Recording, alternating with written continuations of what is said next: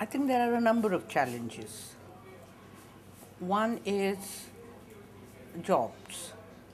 We have had economic growth which has not entailed increase in the number of jobs, and therefore that is one area that needs to be addressed. The other one is governance. I think infrastructure, governance, these are all very interrelated issues, and I think there is tremendous need to address these. Third one is equity and distribution of cities' resources, who gets what. Because I think at the moment what one sees is that the poor are being left out, whereas a large share of resources is being used for the kind of development which is market driven. So that is another area where a lot of work needs to be done. The disparity between the rich and the poor is increased over time. So although the poor are slightly better, in the sense they are living in a slightly better condition, but that doesn't mean that we have addressed the kind of problems they face or the lack of infrastructure and the hardships that they face. I had done a long time ago straightforward interviews of women and men living in slums in Pune and Bombay on their access to water and sanitation.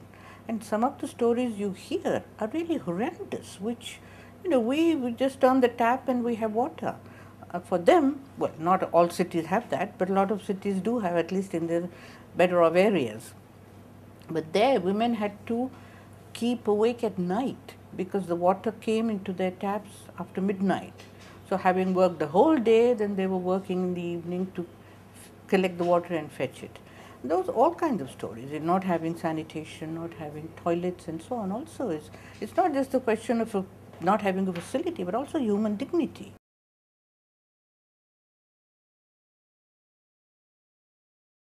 I suppose first he or she has to be very sensitive to the kind of challenges the poor people in cities face. One of the definitions of poverty is lack of options, and it is so true. Sensitivity to these problems, and I think then you begin to look at the city differently. Then you see the stark differences between how the rich are living, or better off, I wouldn't say necessarily rich, but those who can compete in the market for housing, other facilities and so on, and those who cannot. There is a tremendous gap between them. And then you begin to see how city is dealing with them or not dealing with them, if you have that perspective developed. So I think that is really very crucial.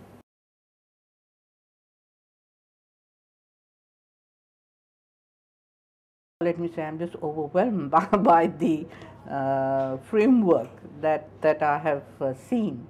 But what I really like about it is the core, because there you talk about putting the student who is coming in there in touch with himself, with society and the environment. I think we miss that in our education.